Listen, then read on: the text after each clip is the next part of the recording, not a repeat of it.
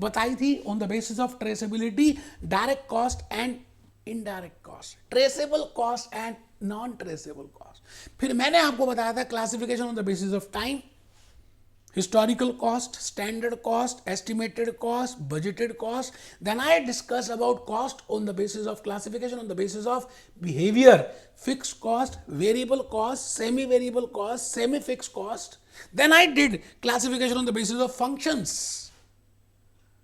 factory function, manufacturing function, administrative function, and then I started with the with the classification of cost on the basis of management decision making. मैंने पिछले इतने lectures में management decision making के ऊपर devote किया। And then I started with this classification. Today I will be discussing with association with the product. बेटे आप बस मुझे रोकना मत, मेरी बातों को ध्यान से सुनना, बड़ी गहराई छुपी है, ज्ञान छुपा है। आप बस आप कुछ मत बोलना, खाली मेरी बात को सुनना, बिकॉज मूवी में लिखा आ गया प्रोड्यूस्ड बाय, कास्टिंग खत्म हो गई बेटे। किसी भी मूवी को देखने जाओ तो लिखा होता है ना प्रोड्यूस्ड बाय बी.आर. चोपड़ा, फिर आप बिल्कुल सीरियस होकर बैठ जाते हो। आज आपको भी बिल्कुल सीरियस होकर बैठना है मेरे सामने, बिकॉज मैं लास्ट क्लासिफिकेशन डिस्कस कर रहा हूं, that is classification on the basis of product. No doubt we have already discuss something about product cost, but today because officially I am starting with classification on the basis of product, तो मैं आज आपके सामने 3 बातों को discuss करूंगा, और आधा 2 बातें डिस्कस करूंगा। One is product cost, second is cost centre. I have already discuss product cost, तो मैं वो नहीं बताऊंगा। कॉस्ट सेंटर क्या होता है, कॉस्ट ऑब्जेक्ट क्या होता है। जैसे आपका लाइफ में एक ऑब्जेक्ट है कि मुझे ये चाहिए, मुझे गाड़ी चाहिए, मुझे बंगला चाहिए, मुझे गाड़ी में बैठने वाली चाहिए, मुझे घूमना है, मुझे ऐसे ऐसे। It means you have a object, you have a dream, you have a you have a center.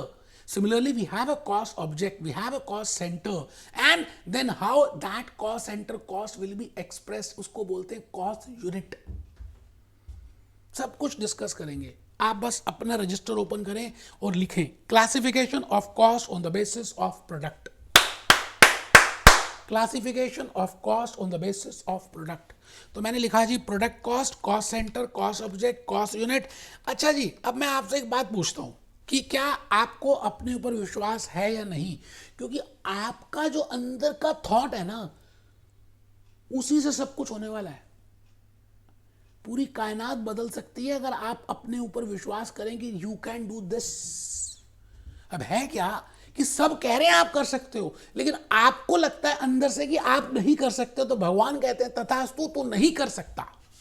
But सब कहते हैं नहीं कर सकते, और आपको अंदर से लगता है कि आप कर सकते हो, तो भगवान कहता है तथास्तु तू कर सकता है। It means it is very important that how you believe in yourself. जब आप छोटे से बच्चे थे ना, अपने ऊपर बड़ा बिलीव रखते थे, नई नई चीजें करते थे, नई नई बातें करते थे, ट्राई करते थे। पता नहीं क्या होता जा रहा है, जैसे जैसे बड़े होते जा रहे हो क्या होता जा रहा है बेटे। हिम्मत करनी है, लिखना है, चालाकी नहीं करनी। चलो जल्दी से रजिस्टर पे लिखो कॉस्ट ऑब्जेक्ट और कॉस्ट सेंटर। मैं आज आपसे एक बात पूछूंगा, अपनों से अपनी सी बात। बेटे अभी तक हमने जो भी क्लासिफिकेशंस की कॉस्ट की बात की, जो भी उससे पहले मैंने कॉस्टिंग की बातें की, मैं आपको ये कहीं ना कहीं ये बताना चाहता था what is the objective of cost, कि भाई हाँ we want to accumulate the cost, we want to firstly calculate the cost. हम पहले कॉस्ट को कैलकुलेट करना चाहते हैं। I think the prime objective of cost accounting is, the cost management is that I want to accumulate, I want to estimate, I want to collect, I want to find out how much is the cost for producing this। इस tie को बनाने में कितनी cost लगी, mic को बनाने में कितनी कॉस्ट लगी, क्या खर्चा है। बेटा ये जो कॉस्ट है आप जो कैलकुलेट कर रहे हैं, it can be calculated for different point of view. आप अलग अलग थॉट्स के बेसिस में कैलकुलेट कर सकते हैं। वही उसी का नाम है कॉस्ट सेंटर और कॉस्ट ऑब्जेक्ट। सपोज करते हैं एक बड़ी सी कंपनी है कोका कोला, उसके अलग अलग प्लांट्स हैं, इंडिया में अलग है, पाकिस्तान में अलग है, ऑस्ट्रेलिया में अलग है। They can calculate the cost for India, they can calculate the cost for Coca Cola plant in Pakistan, they can calculate the cost for Coca Cola in Australia. And within India, they have different divisions, geographical divisions हैं। Eastern India है, Northern India है, Western India है, Southern India है। They can calculate the cost for these divisions also। अच्छा, within Northern division we have 4 centers, they have supposingly they have different distribution centers. They can calculate the cost for that distribution centers. अच्छा, within that distribution centres they have some country head और that distribution head वो उसकी भी cost calculate कर सकते हैं. अब Coca Cola बड़े सारे अलग अलग तरह के प्रोडक्ट्स प्रिपेयर करता है, अलग अलग तरह की प्लांट एंड मशीनरी यूज करता है. They can calculate the cost for that plant and machinery, they can calculate the cost for that product, they can calculate the cost for that service. आप आवाज तो करो यार. आई can calculate the cost for that particular purpose. उसी को बोलते हैं cost objective, उसी को बोलते हैं कॉस्ट सेंटर. इतना सिंपल सा कंसेप्ट है कि मैं क्या बताऊं, और बच्चे इसमें घबरा जाते हैं कि क्या करेंगे. बेटे मैंने आपको एग्जांपल दिया था कि आप लीवाइस की जीन्स बना सकते हैं. आपने शर्ट्स बनाई तो आप शर्ट के लिए कैलकुलेट कर सकते हैं, आप जीन्स के लिए कैलकुलेट कर सकते हैं, आप प्रोडक्शन डिपार्टमेंट के लिए कर सकते हैं, आप सर्विस डिपार्टमेंट के लिए कर सकते हैं, आप प्रोडक्ट के लिए कर सकते हैं, आप इंप्लॉई ए के लिए कर सकते हैं, आप डिवीजन के लिए कर सकते हैं, आप मशीनरी के लिए कर सकते हैं, आप फैक्ट्री के लिए कर सकते हैं. आप बेटे आप आवाज करो. आई can calculate the cost for any term, any objective. तो आप जिसको माइंड में रखकर कॉस्ट कैलकुलेट करते हो उसी को कहते हैं कॉस्ट सेंटर और कॉस्ट ऑब्जेक्ट, बिकॉज आपका वो ऑब्जेक्ट है उस कॉस्ट को कैलकुलेट करना. ठीक है ना. तो फर्स्ट पॉइंट लिखिए जी, कॉस्ट ऑब्जेक्ट कॉस्ट सेंटर. सभी ने लिखना है, समझदारी नहीं दिखानी, चालाकी नहीं दिखानी.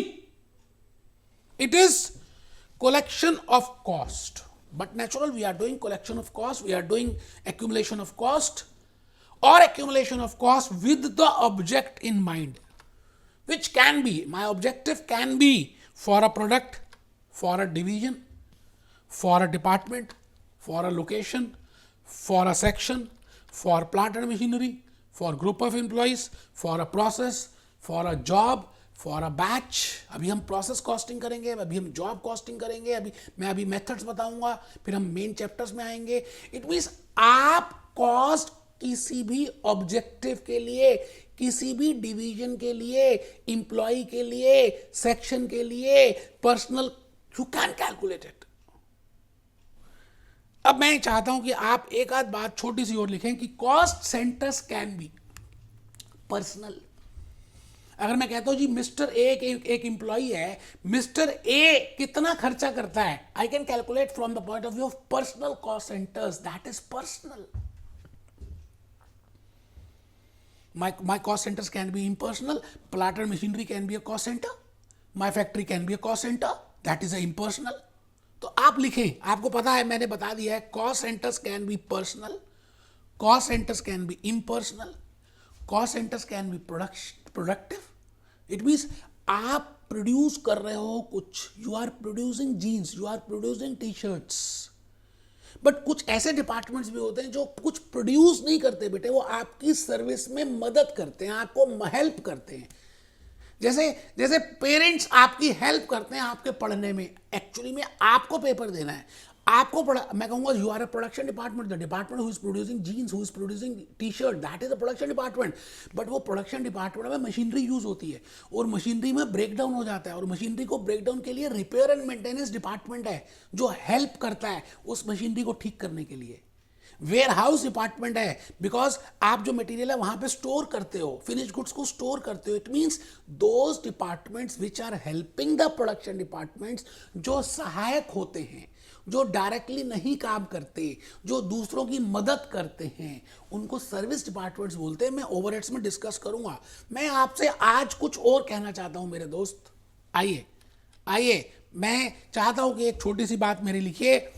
कॉस्ट सेंटर मींस कॉस्ट कहां तक एग्रीगेट करनी है, आपको किस लेवल तक एग्रीगेट करनी है, उसको कहते हैं कॉस्ट सेंटर.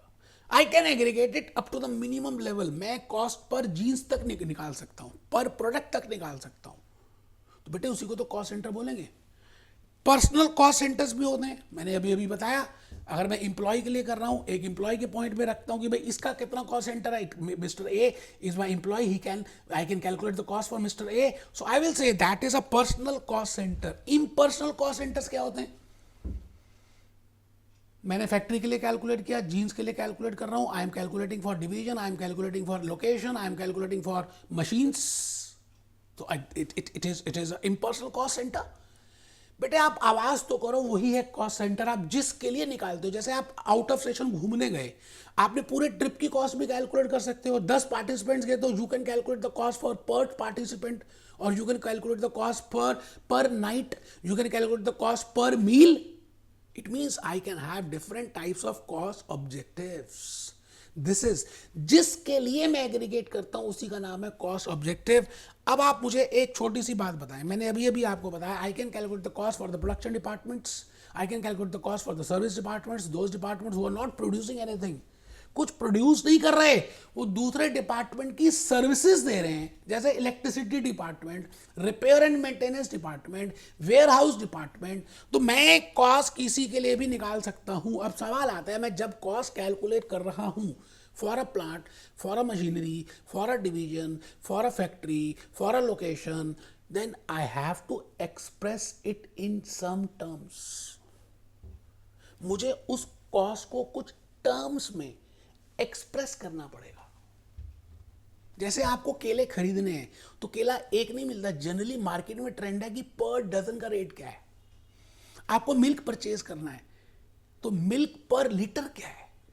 आपको झुमरी तलैया जाना है दिल्ली से, तो आप देखेंगे how much is the cost पर पैसेंजर किलोमीटर, कितना किलोमीटर दूर है दिल्ली से झुमरी तलैया। आई थिंक आप मेरी बात समझ रहे हैं।